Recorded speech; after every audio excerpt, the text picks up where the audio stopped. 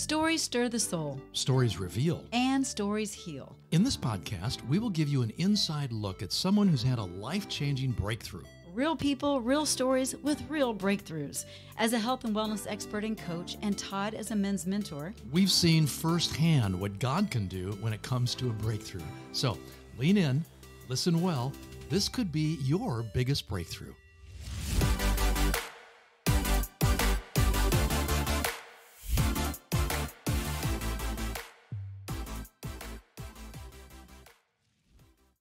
Hello, and welcome to this episode of Your Biggest Breakthrough. I'm Wendy Pett. I'm Todd Isberner. So good to be with you. You know, it's so important to be around the right people. It is. To really bring the best out of you. Aren't you glad? As I'm looking at my wife. Aww, and that's what was right discussed people. on our today's episode, along with a lot of other great nuggets of truth that you're going to be able to relate to and grab onto. Oh, yeah. We talked about how so often people tend to focus on generational curses. What if you focused on the generational blessings in your life instead? Yeah. Number one, Jesus, right? How would your life be different? Yeah, we're also going to learn about how loneliness and pain from rejection and fear of people can lead to a very dark place of depression and even thoughts of suicide, and what to do about that, how to counter that. Yeah.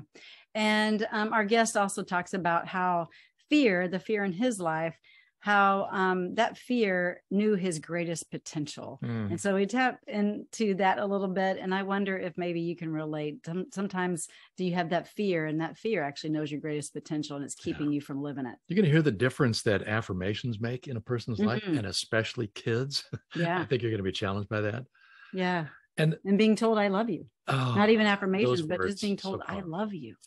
And then one other thing that our guest really emphasizes, and that was through his own life experience of brokenness, how your brokenness really can be a pathway to freedom. Yeah, so good. Today's guest, Justin Jundante, 29 years old, single, I might add, if you're watching. He didn't put that in the No, it wasn't. I put it in there. He's a United States Marine Corps veteran. He's a child of God. He sells coconut milk in the farmer's market, and he's host of the Scars of Glory. It's an Instagram live interview show. It's fantastic. And I know him personally, and I know him to be a man of great things, always in pursuit of the things of God. He loves people, he serves them well, and he loves seeing people experience God's love and grow in their faith. All right. Well, welcome, Justin, to Your Biggest Breakthrough. How are you? Good to see you. I'm doing great. Thanks for having me. It's such an honor being here. Listen, I hope if you check this out on YouTube, you're just going to see this handsome, smiling face. One of the things about Justin that just blesses me is like he's just got such an authentic, infectious smile. Yeah. And I mentioned in his bio that he's single. You didn't put that in there, but I did. But I'm just throwing that out there. That's good. In case you single ladies are watching. That's awesome. I love it. Hey man, listen, let's start out. We've gotten to know each other a little bit over the last almost 2 years.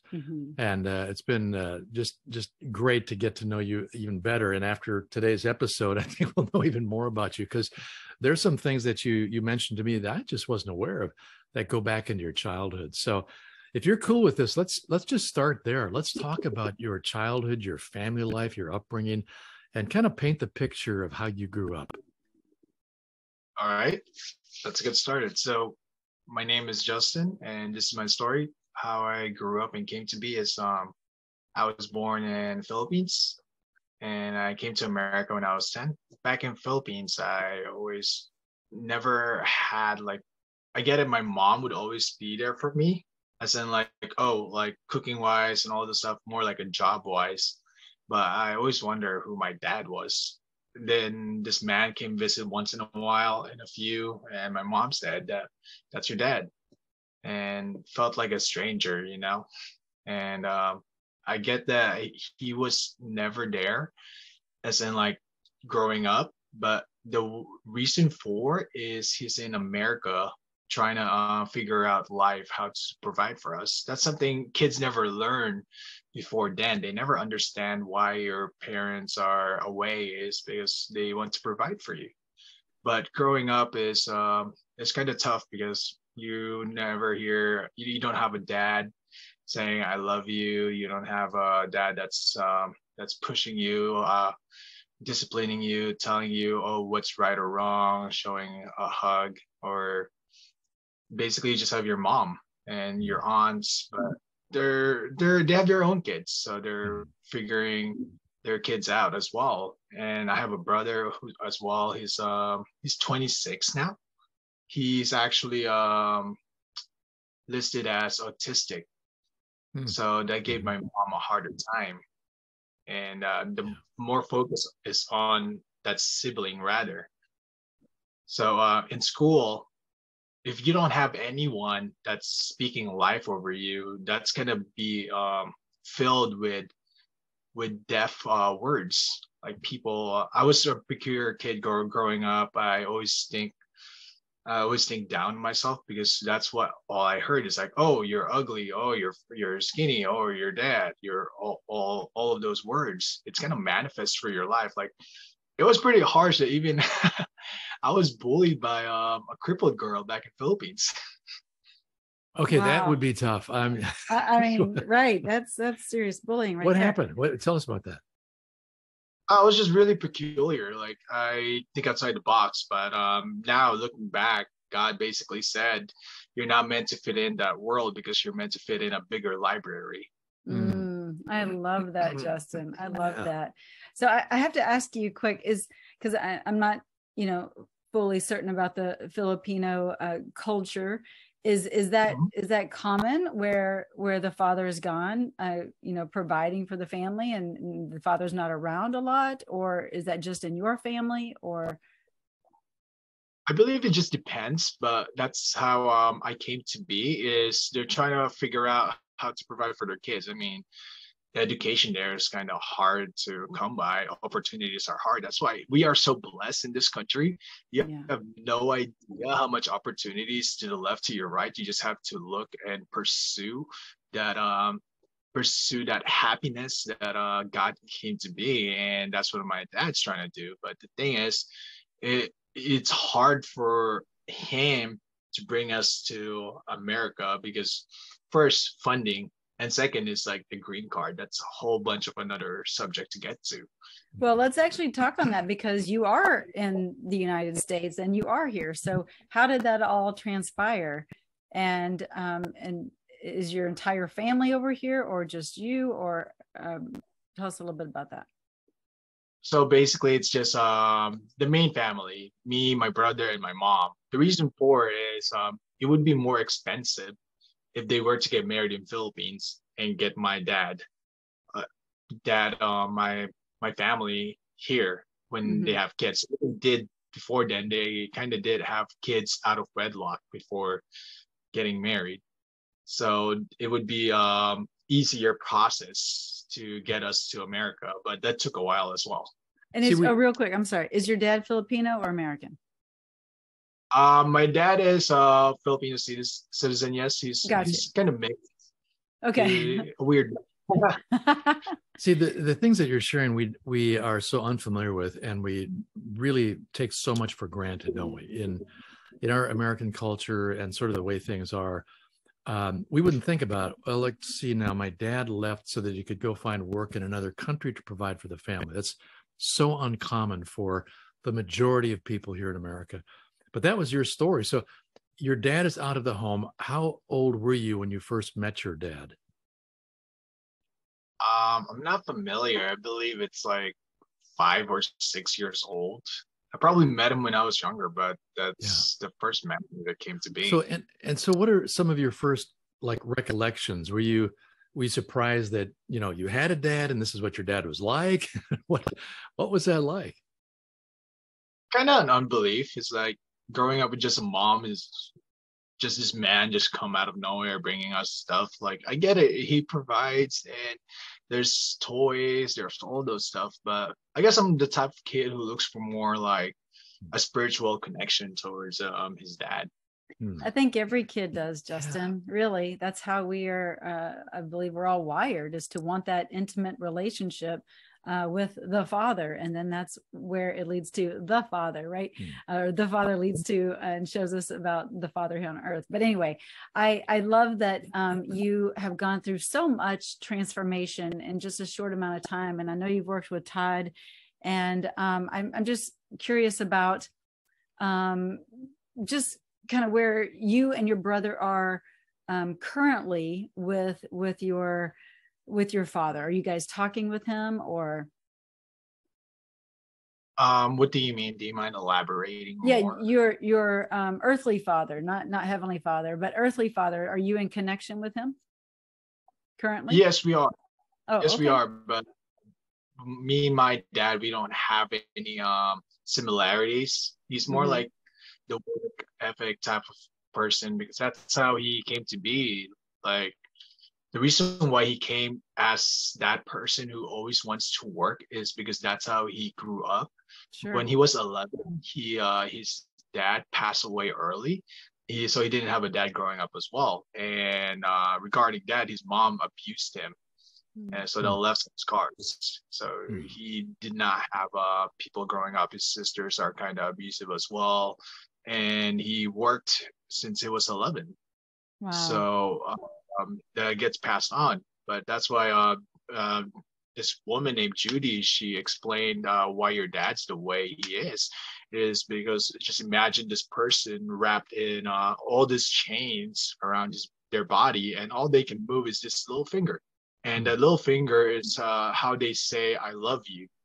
And those chains are the generational curses that he received from his family. So what our job is to break that never-ending cycle, and maybe help them break that chains as well. And that's currently what I'm working on, trying to break him free out of that.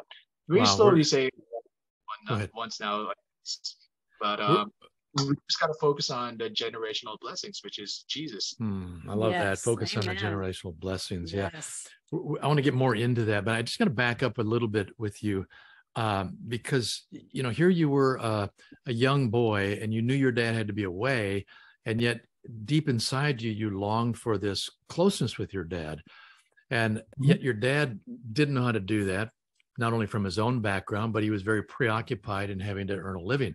But talk to those dads right now, Justin, who maybe don't take seriously enough how important it is to put work in its proper place and invest more in connecting with your kids. Just talk to that dad who maybe just needs some help in that area. I think the reason for it is you just got to listen. They know what they want. They know what they need. And you just got to listen to what they have to say. Regardless how little they are, they're already wondering stuff. So it's either you that mixes up how they grow up, or someone else would. So you got to be that example of love towards your children, because it sucks. Like, that's how men came to be, just to be loved, is if they can provide. That's how men receive love. And with children, it's easy. No offense, Wendy, for women, it's easy to receive love. But for men, we have to earn our love. We have to earn all those stuff. But the thing is, you already earned your kids' love. You just got to nurture that love. And you just gotta keep loving on them, not judge them for who they are, because God can transform mountains, and that mountain probably is a relationship with your kids. That's so good, Justin. I love that, and I just love your heart. You're so precious, and I've had the opportunity of spending some time with you along with Todd, and getting to know you, and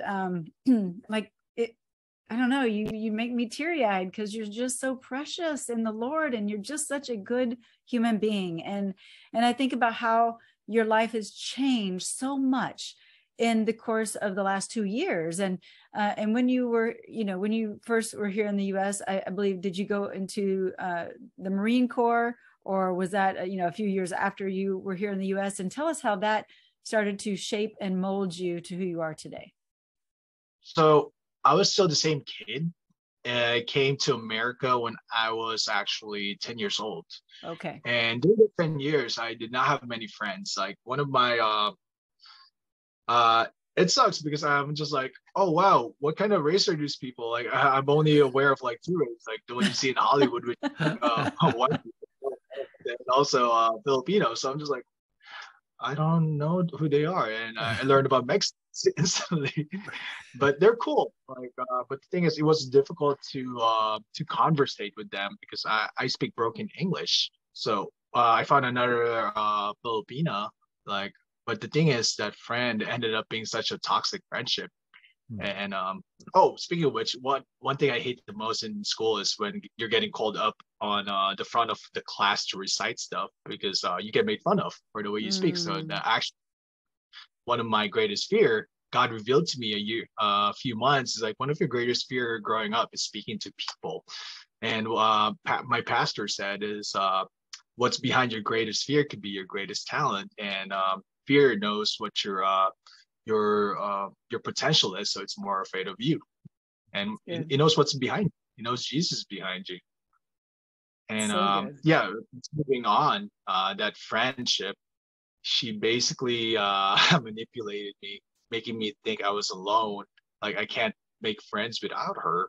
She basically is so embarrassed to hang out with me that she told me, hey, if people are asking if we're friends, tell them we're cousins.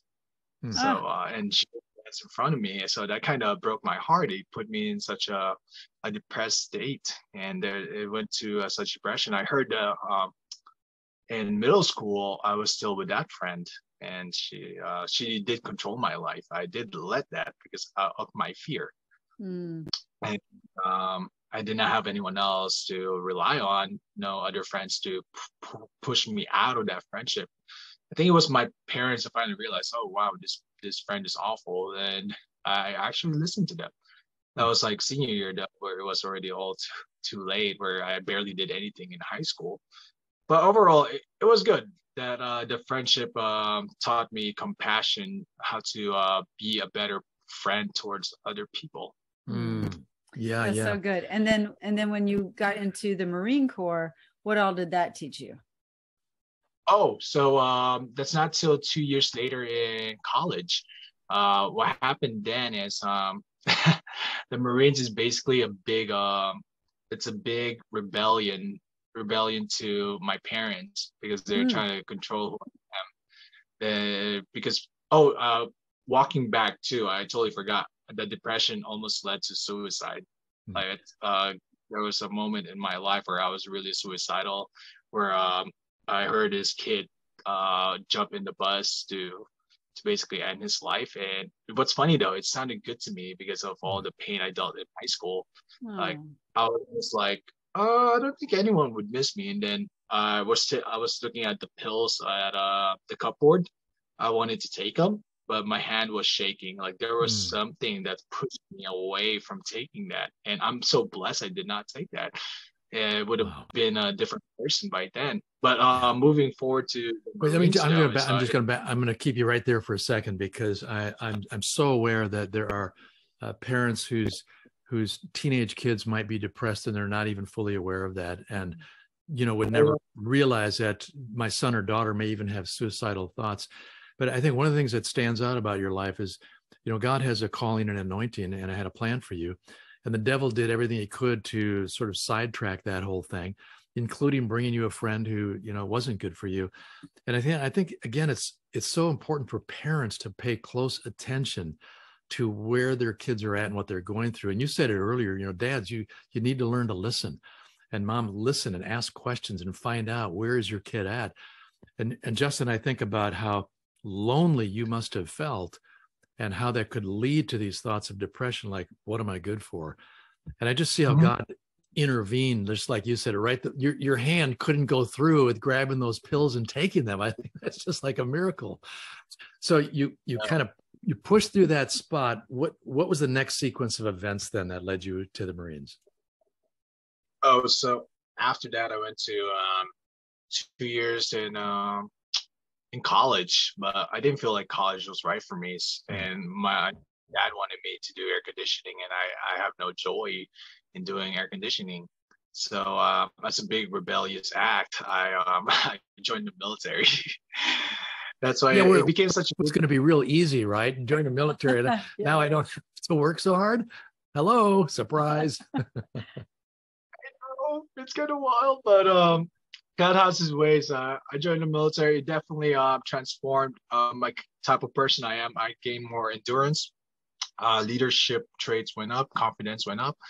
Basically, here's the famous saying in the Marines. They have like, we're gonna break you down and build you back up. So they're gonna build you back up to be able to defend the Constitution, to be able to be a man that can be able to protect his family, and also just have a patriotic mindset.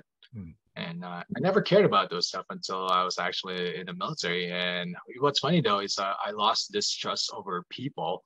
That those years I never told anyone my problems. Like there was moments in which I could tell someone, but a part of me still does not trust people because from that hurt dealt with growing up. And circling back too, I totally forgot. During the depression year, I gained weight. I got to 260. Really? What? 260? 260 pounds on your frame. Yeah. That would look pretty heavy. What did that? Were you just eating out of depression and stuff? Or you just was food a comfort? Mm-hmm. I mean, everything's given to us, and pizza's there. I used to just eat a whole family-sized pizza by myself and just play video games. Even this is kind of disgusting, but I avoid showers. Like, it's honest. Yeah, but you know what? But you're not the only one that has done that or is doing that currently, right? Like you're speaking to someone right now that either it's a parent that has a son or child in that space, or you're speaking to someone that is in that space right now, and you are on the other side of it. You have had that breakthrough. And so you're offering hope and encouragement as you share that you didn't have showers. Like maybe it was disgusting, but hey, it was reality. And somebody else might be in their own stink right now, like literally, mentally, spiritually, they might be in it. But there's a way out. So, all right. So during that time, you gained a lot of weight, and obviously getting into the military too, you're going to get whipped into shape all kinds of ways. I mean, my mind goes to David Goggins but he was a Navy guy. But anyway, but tell us how you got just in shape physically, but mentally and emotionally, all of that. Oh, I just got tired of people speaking down on me. Like for some reason, there was just this anger. I let anger fuel my my motivation, and it's not good because you think reckless, angry, and not just that too. I cut my calories in half, and then those 2 years, I realized I don't know how to do dieting, so I just I slowly start gaining the weight back until I went to the Marines, which helped me build that discipline, which is good. They actually say you don't need that type of thing. You don't need to eat that much. You don't need, basically it's a good balance. Yeah. Yeah. And did you find some good confidants, some friends in the Marine Corps, or you still felt kind of alone there, or how did you feel in that space? So I kind of did, but the thing is, I never did trust because there was still that pain, that hurt that I don't want to tell people about, because I feel like they would just leave me because I'm not worth of people's love. Like that spoken that lie word. Yeah. It's still, I was wearing it as a sweater, like as my identity. That's why it's amazing that God can burn away all those sweaters that are suffocating you. And it lets you breathe freely. And never realized how much sweater I was wearing, because when people ask me, am I okay? And I just said, I'm doing well. How about yourself? But inside I was actually screaming. But during the Marine Corps, that's when I got into a whole bunch of addiction, because there was that empty hole that I was trying to figure out. So I got into drinking. I used to be able to do those cool tricks, like take 4 shots of hard liquor in like 10 seconds or so and chug beers. But while the people are screaming in joy, I was screaming in agony. And it was hard because you felt good, don't get me wrong, but the next day you feel awful because you're basically robbing your tomorrow. You're robbing your joy from tomorrow. Yeah. And I got into other deeper addiction like sex. I've got into looking online, like pornography. So just a whole bunch. And how were you able to overcome those addictions, Justin? I mean, obviously Jesus, but was it then? Was it at that point? No, it was 2 years after I got out the military, which is how I met our good friend Justin Mena. Yeah. We met he actually met me at one of my darkest point where I was drunk. I was hanging out with these models at Hollywood. It's $200 to get in, $200 to park. I'm glad that person paid for me to get me in. And out of all the people to talk to at the bar waiting in line, it was him that I talked to. Like someone he was just highlighted, and we both have the same name, so that kind of it's like, oh, your name's Justin. Oh, that's cool. And I followed him for a good 3 months, and then I saw him post some cool hiking stuff because I love nature too. I never realized that until later on. But yeah, I wanted to give it a shot, and I hit him up. And what's funny, this person barely checks his DM, and he checked mine instantly, and he said, "Oh, let's go next week." So I took that risk. I did it. I overlooked that it was a men's Christian hike because out of all the church my parents forced onto me, he he basically I wouldn't have went if I read that part that it was a Christian hike. But God has his ways. And it was great. He was talking about once we met up, there was so much adversities that's preventing me to go, like traffic, park closing for an hour, him getting lost, just a whole bunch. But God, in the end, it's worth it because he started talking about Jesus, and I just felt like this is really weird. And it's weird because I'm unfamiliar with it. Like all I remember from Jesus is fear and pain. How my parents represented Jesus, because what they used to say is to discipline us is stop doing that or you're going to hell. Stop doing that or demons are coming out of you. And those manifest to you too. Wow. And what's funny though is when he started talking about something that relates to me, like talking about dad. He talks about his dad, and I just started opening up. I was like, oh wow, something just pushed me to tell him. And ever since then, he has been one of my close friends, one of my best friends, mentor. He basically, I said yes 3 months after the meeting him, and the year after, I got baptized by another close friend. And ever since then, God has been showing me, like, you can transform your brokenness. God uses your brokenness to have a divine appointment with him. That is so profound what you're saying right there, that God can use our brokenness really to break us free. I'm just, I'm amused at the way God works in our lives, right? And in your life, even though you're living this somewhat rebellious life, not necessarily just for the sake of being rebellious, but because you were hurt, and you're manifesting that hurt by trying to, sort of numb the pain with all of your addictions. And I guess that's probably true for anybody with any kind of addiction. Don't you think, Justin? It generally ties back to some hurt or pain that people are trying to either avoid or to mask. And so you were in the middle of that. Were you aware that you were doing that when you developed these addictions? Oh, that was my goal the whole time, is just trying to black out, because you know how it is when you're kids. You just drink as much as you can till you can't no more. Like, that's in every party song. That's in every pop songs. Like, it's publicized for you to get drunk, to have a good time. And you let alcohol control you rather than you control alcohol. But God has given us the strength to stomp on scorpions and snakes. So he gave us strength to overcome our addictions. Yeah, no matter what the addiction is. I'm just thinking, there's some listeners, well, I never had that drinking addiction, but you have a work addiction, or you shopping addiction. Or all whatever. Of us have to social media. We've got to deal with the temptations that addictions bring. We have to get down to the root of it, that these are not going to salve over the pain. We've got to get down to the root and let the real healer come in. And I just love the way God chased you down, so to speak, in a club Yeah. with a guy who goes there with evangelism in mind. And then, just the way you put things together, it's just so remarkable. I just want to mention again, Justin Mena, a good friend of ours. We had him on the show. I don't remember which episode it was, but it's so good. cool the way God grabbed hold of you, knowing where your heart was and knowing where it would be.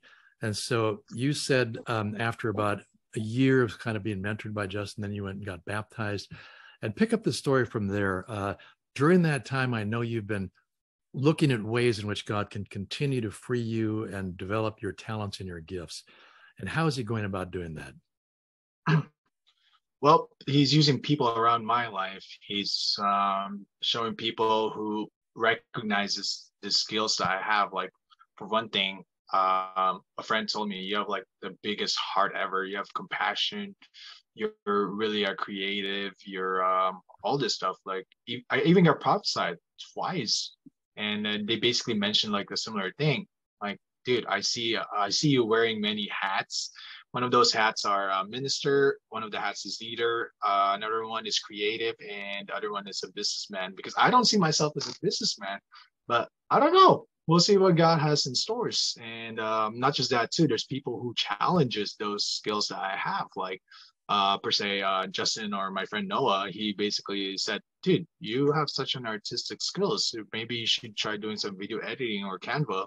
So he gives some projects once in a while. Hey, can you help me with this? I know you got the skills. And it sharpened my skills. And not just that too, God's just revealing what I can do to feed that compassionate heart. Is I have this vision of hosting hot chocolate and Jesus at the beach. Basically, we serve like. I love it. Okay, that's a new one. I've not heard of hot chocolate and the beach. No, and the Jesus. Yeah, that's a good one, man. So my vision for it is for people to feel the warmth of Jesus through a chocolate, and people have wore shirts or signs saying, "How can we be praying for you?" And in the back it says, "How can we love you?" And a woman actually, I told the vision about this because I was trying to call people regarding the company I'm trying to do, and she said, "I love the idea. How can I donate?" And I was like, "There's nothing yet. There's nothing yet." Oh, let me donate. Wait, no. Here's how you donate. Let me help you out, Justin. Let me. Yeah, this here's what you tell her. Here's how you donate. Yeah. No, but people can catch on to your vision, which is great. And if they see it with you, then that's a divine appointment, right? So don't miss those divine appointments. And you are doing so many things right now through your Scars of Glory Instagram. Yeah, talk about divine appointments. You're interviewing people. This is the guy that didn't think he had a voice. This is the guy that thought he had nothing to say, and because of his broken English and was bullied. And now God is using you to interview all kinds of people, and you're being bold. And I just love how God works. And so I just think that's beautiful. So well done. Well done. So Scars of Glory, just talk about that for a minute. How often do you do that? How can people find that? I try to do it at least once a week. I try to do it Wednesday or maybe twice a week as a rare occasion. But my mission in life is to interview people regarding their testimonies, because scars are testimonies that's meant to be shared to others to provide hope. That's my whole caption on Scars of Glory. My symbolism is a hand with a hole, and inside the hole is a lighthouse. So the hand represents Jesus' hand, the hole represents his scar, and the lighthouse represents hope and his glory and grace. Because what is a lighthouse? Lighthouse is meant to provide hope for people that are lost in the darkness so they can go through that light. And my whole goal is to find people with amazing testimonies so they can provide hope for others. Like, not every testimony is going to touch everyone, but I want to have like an archive of testimonies in which they can relate to and maybe even save their life. And also I can learn those wisdom as well. And I could implement those wisdom I learned from those testimonies, those God-given people, to help others to figure out what to do in the situation. I love that. And I mean, we can so relate because that's what we do here as well, right? And we're sharing your breakthrough story because you're offering hope right now. And you're just I have a shirt and so does Todd, and you may have one too, but it says Hope Dealer. Or maybe Adam or Justin may have that shirt. Anyway, Hope Dealer. And that's what you are. You're a hope dealer. You may used to done dope or whatever, but now you're a hope dealer, not a dope dealer. Anyway, I love that. And we appreciate you so much. We were thinking about, what? Oh no, I don't want to leave the Scars of Glory, because that's such a great title. How can we find that on Instagram? Where do people go? Is it at Scars of Glory? It's Scars of Glory. I believe it's just a scars.of.glory, because apparently it's already. Let's get that in the show notes, because it's really beneficial if those who are listening or watching go see a few episodes of Scars of Glory. He does it live. You had me on. You do a great job of interviewing. You pull the story out, and they're very, very encouraging. So now you two have actually worked together. Did you go through Todd's course? I don't know if he wants to talk about it. Oh, I don't know. I just thought about that. Actually, it's about 18 months ago. Was it a while back? Okay. Yeah, and Justin was part of a group of 10 guys that we had. We did Zoom meetings every week for a number of weeks. That's right. And the thing I love most about Justin is that he always came prepared. Yeah, it's like I've got a book that's sort of like the syllabus. He would read the material, and then, unknowing to you, you would share some things, and it got very quiet. The reason it got quiet is because what you were sharing was so full of wisdom and truth and personal identity. Like you said this earlier, that it's out of our brokenness that God can do some great things. Yeah. And as we would listen to you share some truths, you could just see how God was using you to communicate his truths of light and just your whole symbolism of Scars of Glory. So, I need to affirm you in that and let everybody know this dude is for real, and God is using him in a powerful way. That's so good. Thank you. Well, how would you, or what would you say to someone listening that just might be just struggling, or maybe there's a prayer you'd like to pray? I don't know, as we close this out, for someone that's just kind of struggling and doesn't know the next step. And we're just going to put it in your hands and let the Holy Spirit do the work here. So, well, there's this vision I had. It's in this earth, we're always going to dirty our feet of sin, doubts, and just like in the Bible, how Jesus washes everyone's feet, we always got to ask Jesus to come down, lower than human, to wash our feet, because in this earth we're always going to be dirty. So it's only through him and having him in our side will we feel pure. And also just there's this saying that just hit me. God's always gonna challenge your dream, and it may seem dark, but you're not being buried, you're being planted. Those tears are meant to grow you, and not just grow you, also to you need his light and his grace for you to grow further. And while you're growing, there's going to be a lot of branches that falls out. God's going to be pruning people out of your life, because he wants what's best for you. He doesn't want you to be comfortable. He wants you to strive on your purpose in life. So just be still. That is a good word, Justin. That's profound. Thank you. Be still and listen and know that still small, quiet voice of his. And you have done just that. And we're just so honored to know you, Justin. You're precious in the eyes of the Lord and our eyes as well. And so thank you for taking the time to share your biggest breakthrough with us today. Of course. Let me just close us out in prayer. Okay. Sounds good. Lord, I just want to say thank you for Todd's and Wendy's heart, that God, you see their purpose and you see the other obstacles that are coming through. We just ask, Father Jesus, that you don't take away the obstacle, but rather help us overcome all those struggles. The Father, may their podcast be fruitful, that there's already fruit that's been planted, and may those fruit just blossom into trees that may it further their growth. And also, Father, I just want to pray for just an amazing life, amazing wisdom. And for the viewers, we just want to pray for breakthrough, not just breakthrough, also healing, and also just finding their purpose, God, for you. So we just ask, thank you for Wendy and Todd, and this honor that they bestowed upon me to be in their podcast. And Thank you for amazing friendship. Thank you for amazing relationship, and just thank you for their powerful testimony and voice. Amen. Hallelujah. I think we just finished some church here. I think good. So. We need like the chorus and all kinds of things. Thank you, brother. Bless you. Thank you so much. We'll stay in catch you touch soon. All right. Have a good one. Bye. You too. Take care. Oh gosh, seriously, he's just a deer. Like he's just so fresh in the spirit, and he's just so, you know what I mean? There's something really so inspiring and motivating about fresh faith. And Justin's he's only known the Lord, walked with the Lord for 2 years. Right. It increases even those of us that have walked with the Lord for a while, and you for an extra long while. Thanks a lot. But I'm always encouraged. I mean, Justin is a prime example of what happens when God really gets a hold of somebody and can transform your thinking, transform your emotions, transform things in your life. Not that life all of a sudden gets, all easy, but there's a difference that you could see and hear in Justin from where he was to where he is to where God is taking him. Yeah. And we pray that for you as well. Yes, we do. And we hope you enjoyed this episode of Your Biggest Breakthrough.